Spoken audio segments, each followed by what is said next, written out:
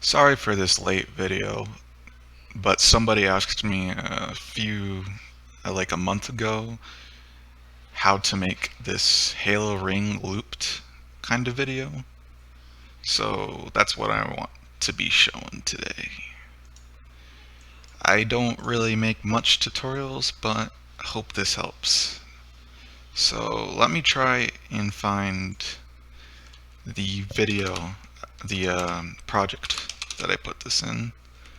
Here's the file that I made the project in, and as you can see, it's like from the video. If I put it in rendered mode, you can see all the textures and stuff. You didn't really see this part in the video, but I did add like a light effect to the parts to the outside of the ring. So I'm just gonna play the video here, and you can see it turning like it did in the video.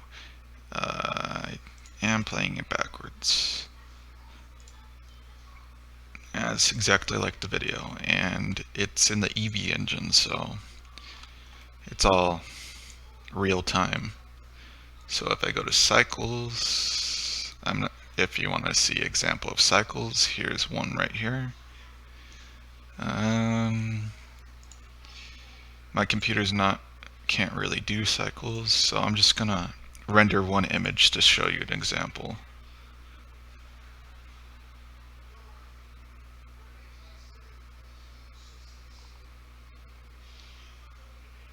Like I said, my computer can't really do cycles that well.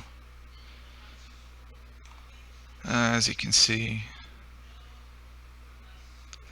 I guess it looks pretty cool if you want to do it this way. I'm not going to render the entire thing because I'm just want to get to the tutorial already. So I'm going to just boot up an entire new project. So let's go to Blender and make a new project. So what I did first is actually quite simple. I just went over here and went to go get a torus. And after that, I just simply, I think what I did here was it? Yeah, I shrinked the vertices like this. And I think I did it about to that size. And I pushed it outwards like this, using the push and pull thing by bringing it out like that. And then I basically just got this halo ring. It's actually pretty simple. And of course I shaded it smooth. Now that's the modeling part. Now the texturing part is a little bit more complicated. So I basically messed up on the texturing part, so I remade the model, and we're gonna start from where we left off. So I'm gonna be going to UV editing. This is the very first part that you should do when you're making the texture. So I'm going to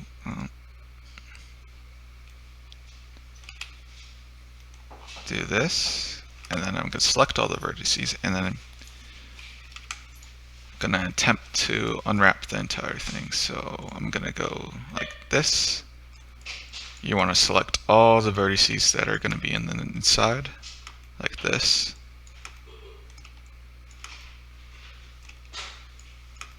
And it's that simple.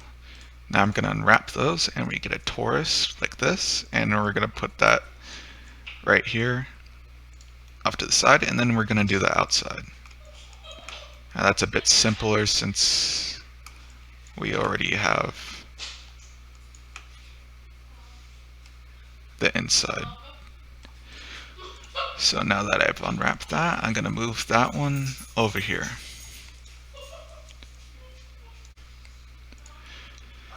Alright, just going to make a base color like this, and then import the texture that we basically want. Now we basically have the texture. Now what you'll want to do next is basically go to UV editing and select this ring down here. Look, seems like we have this one in the right place already. And then we're gonna just bring it down here, and you can shrink it to your liking. And now we basically have the halo ring from that video. And for the texture layout, you basically just want to go, you can make this yourself, find textures online, and then just put it on a flat surface like this. I'm not going to show that part, since that part's pretty easy. Like, use any photo editing software you have, and you can basically just edit it to where you want it and put it right here or here. And that's basically what you want to do. If you know much about Blender, if you want to get the effects I made on the video, you could just basically go to texture shading, and I basically just used a displacement modifier. So just basically drag this over here, and basically same effect, and I duplicated it and added it to roughness over here. And that was simply what I did, except I added a displacement modifier over here, like a vector displacement, so I can basically edit it. That's not what I want. Yeah. And then you can mess around with this, basically editing the scale of the modifier. That looks pretty good. And don't forget to put screen reflections on, that's pretty important. That's pretty much what I did. For the mission part, that's a little bit more complicated. I basically just, you have to make an entirely separate part, which is, let me go back to my textures.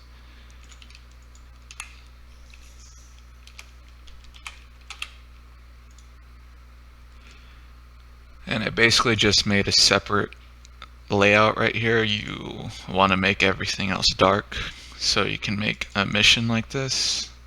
And I just basically just made a mission modifier. Like, I made another texture for the mission and then put it there.